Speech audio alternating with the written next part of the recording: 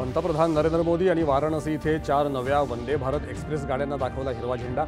आधुनिक रेल्वे पायाभूत सुविधांच्या विस्ताराच्या दिशेने एक महत्त्वाचं पाऊल।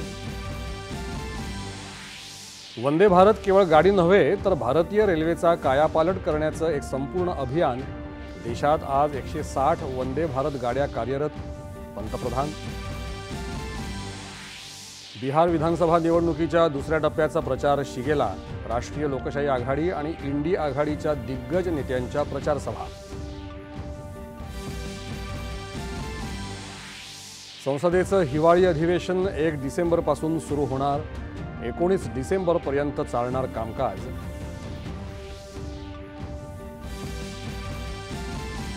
मुख्यमंत्री देवेंद्र फडणवीस यांच्या हस्ते गडचिरोलीत रुग्णालय प्रकल्पाचं भूमिपूजन।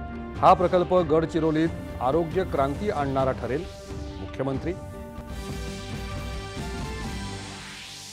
पुण्यामधलं कथित जमीन घोटाळा प्रकरण अतिशय गंभीर असून याची सखोल चौकशी करून वास्तव जनतेसमोर ठेवण्याची गरज असल्याचं शरद पवार यांचं मत।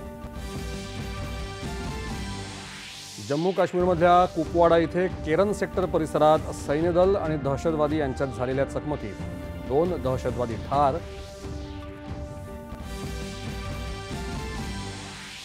आणि भारत आणि ऑस्ट्रेलिया यांच्यातल्या 5व्या T20 सामन्यात पावसाच्या व्यत्ययामुळे सामना रद्द। मालिकेत भारत 2-1 ने विजयी। नमस्कार, 4:30च्या या बातमीपत्रात मी आशुतोष